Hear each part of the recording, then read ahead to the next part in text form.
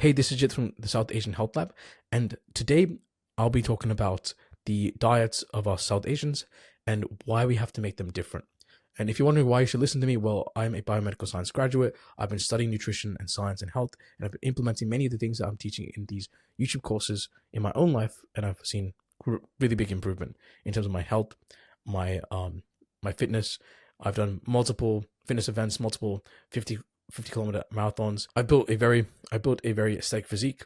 I've trekked to Mount Everest Base Camp. I've done multiple obstacle course races, long distance races. I've played sports for many years. I do Muay Thai. Everything that I'm doing with this YouTube channel is just to teach South Asians like myself. Like really, these videos are just for a younger version of me, about how to lead a healthier, more fulfilling life and to improve the health span of other South Asians. Because as South Asians, we do have cultural and genetic, and just in general lifestyle factors that kind of make us more susceptible to certain types of lifestyle diseases.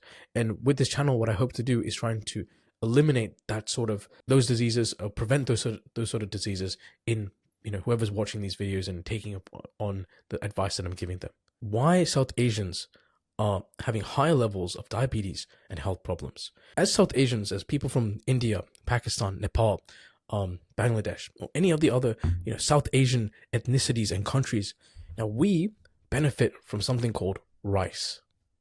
Our staple food is rice.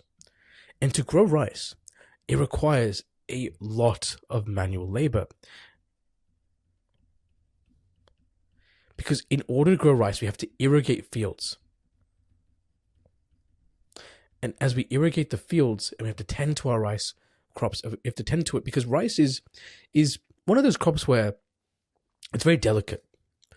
If there's too much water, the rice gets washed away. If there's not enough water, the rice plants can't produce rice. It's a delicate plant.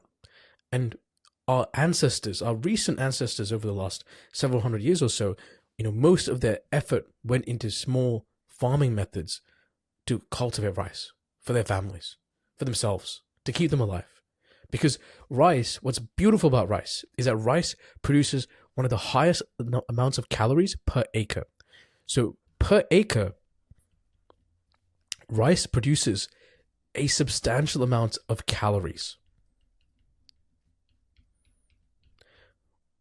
Which is why many Asian populations are so big. Well, one of the many reasons why they're so big. Because if you're able to produce more calories, then you can support more people. The rice and the crops that you're able to grow from the rice, or just the crops that you're able to grow in general, form the basis of a pyramid. And it's this pyramid that is able to support people. So the bottom layer is all your rice.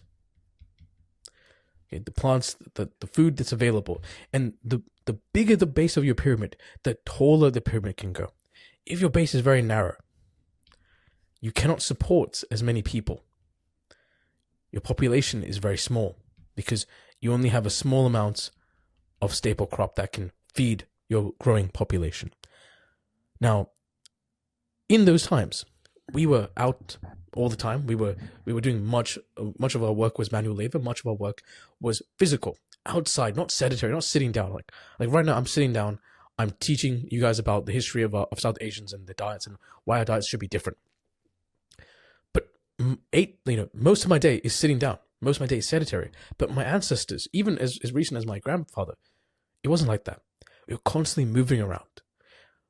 Now we're still eating in a very similar way to our ancestors. We're still eating, so much rice, so much carbohydrates, because, those carbohydrates back then were useful in powering people for the manual labor that they had to do, to be able to grow crops, be able to work on the farms and the fields and all these things to produce food for our families. But we don't do that anymore. We still eat the same. And because we still eat the same as before, we're intaking way more energy, way more calories than we need, because we're not expending as much energy. Because in the past, energy was up here. Energy was really high. Like we might have been expending a lot of energy. And because of that, we had to eat a lot of these higher calorie foods. Now, I'm not expending as much energy, maybe about this much instead. And there's all this excess calories that I'm just not burning anymore. And if I continue to eat the same way that my ancestors ate, well, then I'm going to get diseases that my ancestors would have been able to avoid. So if I'm sitting and being more sedentary and I'm still eating a high calorie, high carbohydrate diet, and I'm not exercising enough, then I will get sick. I will get type 2 diabetes. I will get obese. I will get heart disease and other conditions because of that. As South Asians, we have to change our diets. We have to understand that we're no longer moving as much as before. We're no longer exercising as much as before.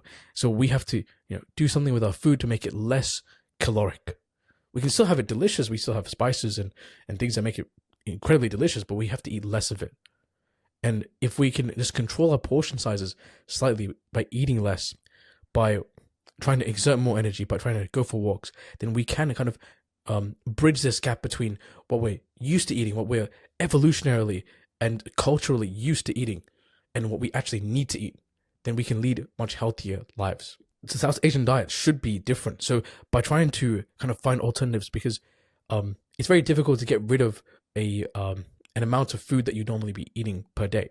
Like if there was suppose you were eating a certain amount of food, then just telling you to completely stop eating that amount of food might make you feel hungrier. So we need to replace it with something else that's still filling, but no longer gives us as many calories. So what we can do instead is we can eat more fruits, because fruits and vegetables, instead of too much rice, because rice is mainly starch, and starch is a very easily to digest sugar for our bodies. But fruits and vegetables, even though we have genetically engineered them to be much sweeter than they were in the past, I think, if you look at an apple 100 years ago, it was as sweet as a carrot, because recently we've been able to genetically alter the apples through selective breeding to make them sweeter, to make all the fruits a lot sweeter than our ancestors would have had that. But still, fruits and vegetables, they have high levels of fiber. High fiber. And with fiber, we cannot digest fiber. So it's very difficult for our bodies to digest it, because fiber is it's the same as sugar, but it's very difficult for our bodies to break it apart.